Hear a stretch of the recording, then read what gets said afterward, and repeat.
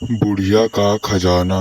एक दिन की बात है। ये दादी जी रमेश के घर काम करवाने के लिए चली जाती हैं और गांव से गुजरते हुए वो बहुत तेजी से रमेश के घर की ओर जाने लगती हैं और रमेश के घर पहुंच जाती हैं। उसके घर जाने के बाद रमेश से कहती हैं कि रमेश बेटा, मेरे खेत की खुदाई करना है। मेरा खेत बहुत दिनों से खाली पड़ा है। क्या तुम मेरे खेत की खुदाई कर दोगे? मैं अपने बहुत घुटनों से परेशान हूँ। मैं यहाँ पे बहुत मुश्किल से चल कर आई हूँ। क्या तुम मेरे खेत की खुदाई कर देते तो मुझे बहुत अच्छा हो जाता और मैं तुम्हें कुछ खाने के लिए भी दे देती। तुम अगर तैयार हो मेरे खेत की खुदाई करने के लिए तो कल तुम मेरे खेत में आ जाना। मैं तुमको बता दूंगी कौन सा मेरा खेत है, कहाँ पर खोदना है। ठीक है बेटा? अब तुम्हारी मर्जी, जो करना है कर लेना बेटा। ठीक है दादी माँ, मैं आपकी खेत की खुदाई कल कर दूंगा। आप चिंता ना करें। आप बेफिक्र होकर यहाँ से अपने घर जाएं। आपको कोई भी चिंता करने की ज़रूरत नहीं है। मैं आपके खेत की खुदाई कल शाम को ज़रूर कर दूंगा, क्योंकि मुझे भी खाने के लिए आज घर पे कुछ नहीं है। मेरा बेटा कल से भूखा है, मुझे कोई काम भी नहीं मिल रहा है। अच्छा हुआ कि आप मेरे घर आ गए मुझे काम कर देने के लिए। आपका बहुत शुक्रिया अदा। मैं बहुत आपका आभारी रहूँगा दादी माँ। आपने मुझे काम दे दिया, मेरे घर में खाना हो जाएगा। तभी दादी माँ ये बात सुनकर बहुत खुश हो जाती हैं और अपने घर की ओर निकल जाती हैं। तभी रमेश का बेटा कहता है कि पापा, मुझे बहुत जोर से भूख लगी है। खाने के लिए घर में कुछ नहीं है। मुझे बहुत ज़्यादा भूख लग गई है। कल से पानी पी के मैं जी रहा हूँ। मुझसे अब बर्दाश्त नहीं होता पिताजी। तभी रमेश कहता है कि बेटा तुम घबराओ मत, मुझे अब काम मिल गया है। अब तुम्हें मैं रोज़ खाना खिला सकूंगा। तुम चिंता मत करो बेटा। मैं तुम्हें अभी बाग में लेकर चलता हूँ। जंगलों में जो जहाँ पर बड़े बड़े फल उगे हैं वहाँ से तुम आज खाकर अपनी भूख को मिटा लेना। कल से तुम्हें मैं खाना दे दूंगा खाने के लिए। तुम थोड़ा भी चिंता मत करना बेटा। अगर तुम्हें कोई भी दिक्कत हो तो मैं तुम्हारे लिए हूँ ना। इतना कहकर रमेश अपने बेटे को जंगल की ओर ले जाने लगता है और धीरे धीरे करके वह गांव से गुजरता है। गांव से गुजरते हुए वह अपने बेटे के बारे में सोचकर बहुत चिंतित हो रहा था। तभी वह उन दोनों एक घने जंगल में पहुंच जाते हैं जहां पर बहुत से फल थे। वह अपने बेटे को लेकर जाता है और अपने बेटे को फल खिलाता है और उसका बेटा सो जाता है फल खाकर। तभी वहाँ पर एक तांत्रिक आता है जो उन लोगों को देखकर वहाँ पर बहुत ज़्यादा क्रोधित हो जाता है और कहता है, क्या मूर्ख व्यक्ति, तुझे ये नहीं पता ये कितना खतरनाक जंगल है। यहाँ पर कितने खतरनाक खतरनाक जानवर रहते हैं।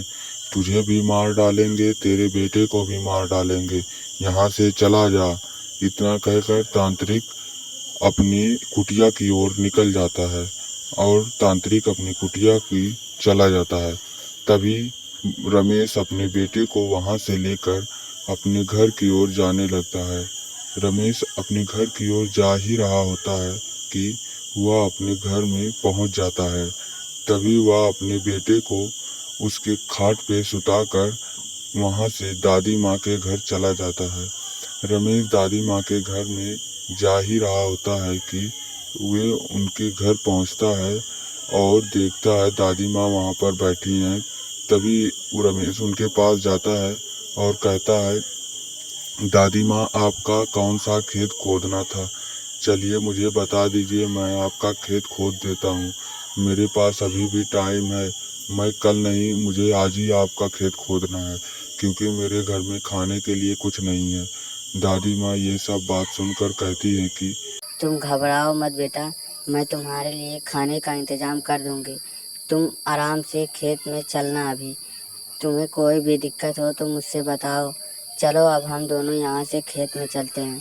रमेश दादी माँ ये कहकर रमेश को अपने साथ लेकर खेत की ओर रवाना हो जाती हैं और गांव से गुजरते हुए वह खेत की ओर जाने लगती हैं और फिर से वहाँ उनको एक तालाब वाला कुटिया मिलती है। वो उसे भी पार करते हुए धीरे धीरे से अपनी खेत की ओर पहुँच जाते हैं। खेत में जाते जाते रमेश के पैर से कुछ टकरा जाता है और रमेश उसे उठाता है तो देखता है वो एक सोने का थैला था। दादी माँ से पूछता है ये कौन सा है थैला। दादी माँ कहती हैं कि ये तो सोने का थैला है, इससे तो अब हम दोनों करोड़पति हो जाएंगे। अब तुम्हें खाने की कभी भी कोई दिक्कत नहीं होगी। चलो हम घर चलते हैं, इसमें से आधा आधा बांट लेंगे।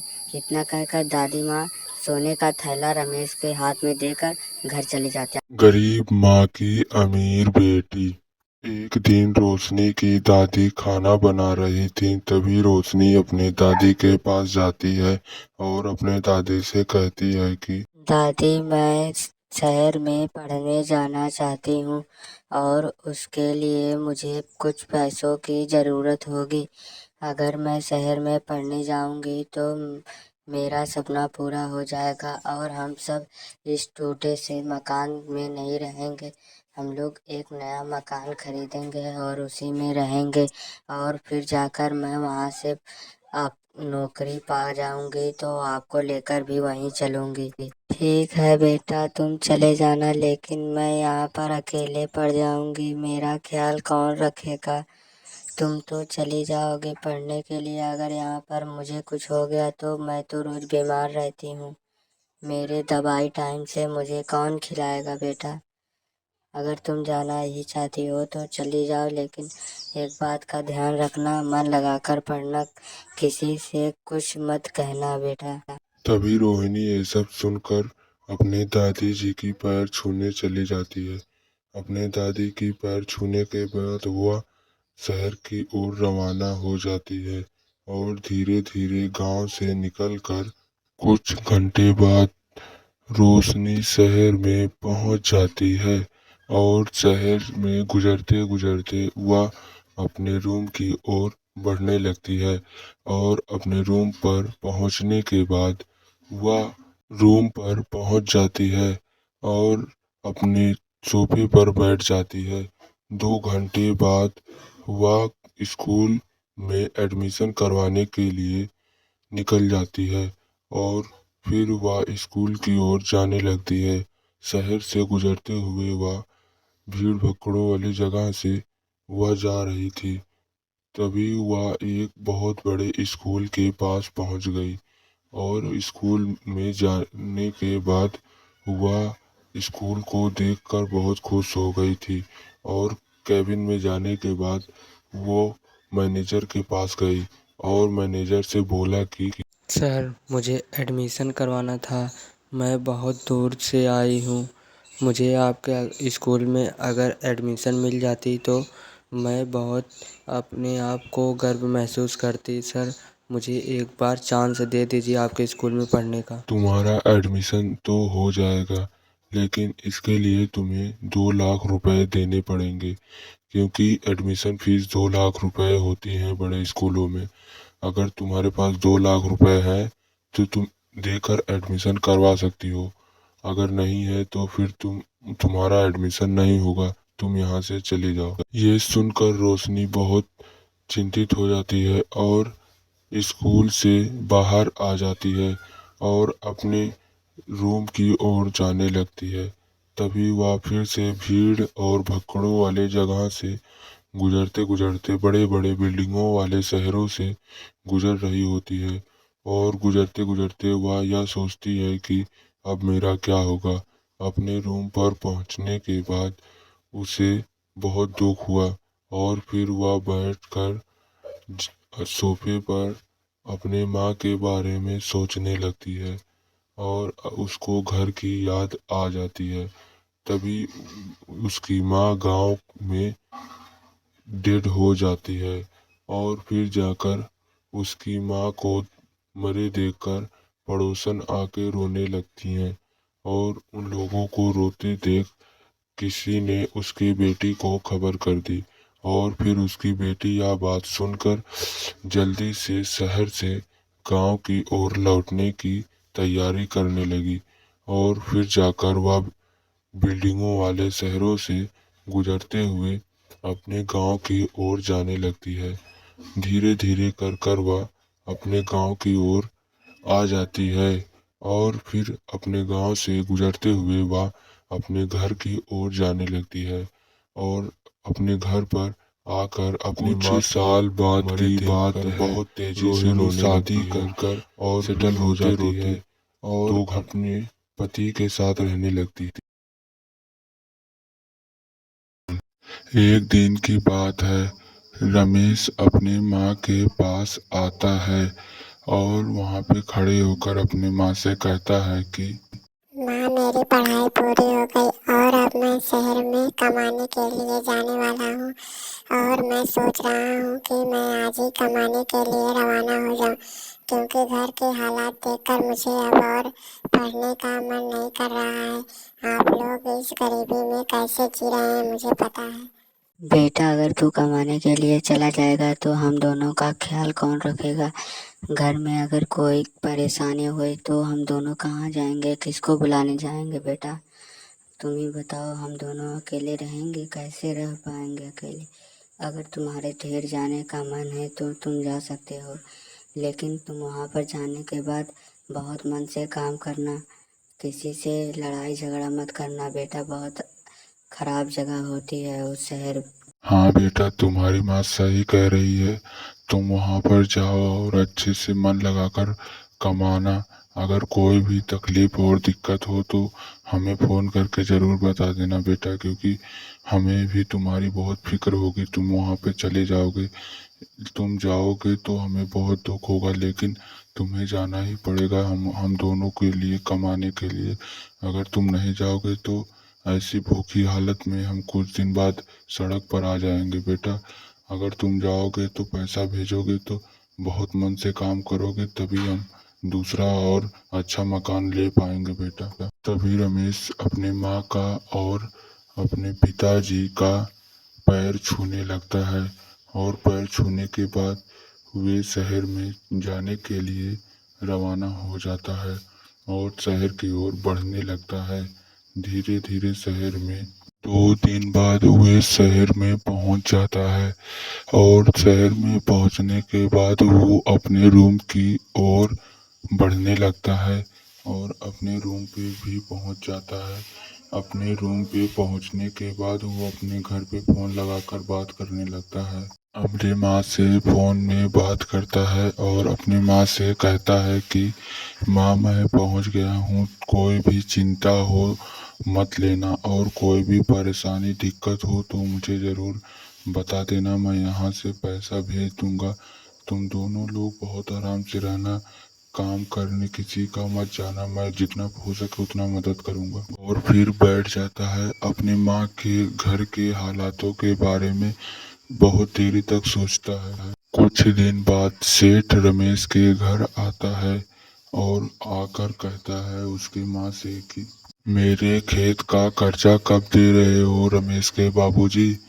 अगर मेरा कर्जा जल्दी नहीं लौटाए तो मुझे मजबूरन तुम्हारा घर हड़पना पड़ेगा, इतना तो तुम्हें पता ही है। कर्जा ना देने पर तुम्हारा घर तुमसे छिन जाएगा। तभी रमेश के बाबूजी खड़े होते हैं और कहते हैं, नहीं सेठ जी नहीं, ऐसा आप मत करिए, मुझे कुछ दिन के लिए मोहलत दे दीजिए, मैं आपका कर्जा अवश्य लौटा दूंगा। अगर आपका कर्जा नहीं लौटाता हूँ तो आप मेरा घर ले लीजिएगा, लेकिन मुझे कुछ दिन के लिए टाइम दे दीजिए, मेरा बेटा कमाने गया है, कमा कर आएगा तो मैं आपका सारा पैसा दे दूंगा। तभी रमेश की माँ कहती है कि हाँ सेठ जी, रमेश के बाबूजी सही कह रहे हैं, मैं आपका कर्जा जरूर ही लौटा दूंगी कुछ दिनों में, आप घबराइए नहीं। तभी सेठ ये सुनकर वहां से लौट जाता है अपने घर की ओर और उन दोनों उसे देखकर चिंतित हो जाते हैं। 2 साल बाद रमेश अपने घर आता है और अपने साथ एक लड़की को भी लेकर आता है और अपने बाबूजी से कहने लगता है कि बाबूजी, मैंने इस लड़के से शादी कर ली है। अब ये हमारे साथ, हम लोगों के साथ इसी घर में रहेगी और अब ये हमारे साथ इस घर में रहेगी और हम लोगों का हाथ बटाएगी और आप लोगों का सारा काम करेगी। आप लोगों को कुछ करना नहीं पड़ेगा, सभी काम ये कर सकती है। तभी उसकी माँ कहती है, नालायक, मैंने तुझे इसीलिए पैदा किया था कि तू जाकर अपने मन से शादी कर ले। तू तो वहाँ पर कमाने के लिए गया था, तो ये क्या कर लिया? क्या रे नालायक बेटे, मैंने तो सोचा भी नहीं था कि तू एक दिन इतना नीच काम कर देगा मेरे हम लोगों के साथ। तूने ये क्या कर दिया? अगर तुझे शादी ही करनी थी तो तू हम लोगों से बताता, हम दोनों तेरी शादी करा देते। लेकिन तुझे अपने से शादी करके आने की क्या जरूरत थी? तू तो कमाने गया था ना। तभी रमेश की पत्नी बाबूजी की ओर हाथ करके कहती है कि अरे बुढ़े, तू शांत रहे, तू ढेर मत बोल। तेरे पास हिम्मत है तो तुम दोनों इसी घर से अभी ही निकल जाओ। ये बात सुनकर उन दोनों बहुत ज्यादा दुखी हो जाते हैं और घर से तुरंत बाहर निकल। अमीर और गरीब का बंटवारा। एक दिन की बात है, सुनीता के ससुर जी का देहांत हो जाता है और उनके दोनों बेटे को बुलाया जाता है। वो दोनों अपने पिता को मरे देखकर बहुत तेजी से रोने लगते हैं। कुछ दिन बाद की बात है, रमेश अपने बड़े भाई रोहन से कहता है कि भाई, मैं बड़ा हो गया हूँ, अब मैं शहर में जाकर काम करूँगा और वहाँ से पैसे भेजूँगा, तो तुम ये घर चलाना, ठीक है? और कोई भी तकलीफ हो तो मुझे फ़ोन करके बता देना, मैं पैसा भेज दूँगा। मैं जाऊँगा तो 1 साल के बाद ही लौटूँगा, ठीक है भाई? इतना कहने के बाद रोहन घर से बाहर निकल जाता है शहर की ओर रवाना होने के लिए और वो शहर की ओर चला जाता है। तभी तभी रोहन अपनी पत्नी से कहता है कि मैं ऑफिस जा रहा हूँ, अगर कुछ मंगाना हो तो मुझे फ़ोन करके बता देना। मैं वहाँ पर काम करूँगा, फिर वहाँ शाम के 6 बजे के बाद आऊँगा। मुझे बार बार परेशान मत करना फ़ोन करके कि ये सामान लाना है, सब्जी लाना है, ठीक है? इतना सब कुछ कहने के बाद रोहन ऑफिस की ओर निकल जाता है और धीरे धीरे ऑफिस की ओर जाने लगता है। उसकी पत्नी दोनों भाइयों को इधर उधर जाते देख बहुत टेंशन में हो जाती है। तभी उसका बेटा बाहर से खेलकर घर के अंदर आता है और अपने माँ से कहने लगता है कि माँ, मेरे सारे दोस्त स्कूल पढ़ने जाते हैं और आप मेरा भी स्कूल में दाखिला करवा दीजिए। मैं भी स्कूल में पढ़ने जाना चाहता हूँ। अगर मैं पढ़ने जाऊँगा तो एक दिन मैं अपने सपने को पूरा कर पाऊँगा और मैं डॉक्टर बनना चाहता हूँ। माँ, इस घर में हम अब और नहीं रह सकते। इस घर में बरसात के समय में इतना पानी भर जाता है कि हमें छत पर जाने पड़ता है और अगर मैं पढ़ लिख कर डॉक्टर हो गया तो हम लोगों को नए घर खरीदने में आसानी होगी। इतना सब सुनने के बाद उसकी माँ कहती है कि बेटा, तुम्हें तो पता ही है कि हम लोग कितने गरीब हैं। हमारे पास खाने के लिए पैसे नहीं हैं, तो मैं तुम्हारा स्कूल में दाखिला कहाँ से करा दूँ? इतना सुनते ही सुनीता का बेटा गुस्से से बाहर की ओर जाने लगता है और बाहर की ओर चला जाता है। तभी उसकी पत्नी देखकर बहुत ज़्यादा चिंतित हो जाती है और घर के अंदर चली जाती है। घर में कोई भी काम हो करने के लिए अंदर चली जाती है। कुछ साल बाद की बात है, रमेश शहर से लौटकर अपने घर आता है। अपने साथ एक अपनी औरत को भी लेकर आता है। तभी जोर जोर से चिल्लाकर कहता है, भैया भाभी इधर आओ, देखो मैं अपने साथ किसको लेकर आया हूँ। तभी उसके भैया भाभी आ जाते हैं। भैया देखो, मैं शादी कर लिया। ये मेरी पत्नी है और आज से ये इसी घर में रहेंगी। मुझे इससे प्यार हो गया था, इसलिए मैंने इससे शादी कर ली। ये मेरे लिए अपनी जान भी दे सकती है। तभी उसके भैया कहते हैं कि छोटे, तूने ये क्या कर दिया? दादाजी के मरने के बाद तूने तो अपना रंग और ढंग ही बदल डाला। शादी करनी होती तो तू मुझसे कहता, मैं तेरी शादी करवा देता। तू कहाँ से इसे उठा लाया? अभी जा और इसे वहाँ पर छोड़ कर आ जहाँ पर ये थी। अगर ये घर में रहेगी तो हम दोनों इस घर में नहीं रहेंगे। या फिर ये इस घर में रहे या फिर हम दोनों इस घर में तीनों लोग रह सकते हैं, ये नहीं रहेंगे इस घर में। तभी सुरेश अपने भाई से बड़ी आवाज में कहता है कि आप दोनों इस घर से निकल जाओ, ये सिर्फ आप दोनों का घर नहीं, अब हम दोनों का भी घर हो गया है। अगर आप इस घर में रहेंगे तो हम दोनों यहाँ पर नहीं रहेंगे। अगर आप दोनों यहाँ से चले जाए तो कृपया करके बहुत मेहरबानी हो जाएगी, और अभी इसी वक्त आप दोनों इस घर से बेदखल हो जाएं तो ही अच्छा रहेगा। तभी वो दोनों नाराजगी से इस अपने प्यारे से घर से बाहर की ओर चले जाते हैं और ये दोनों देखकर बहुत ज्यादा खुश हो जाते हैं।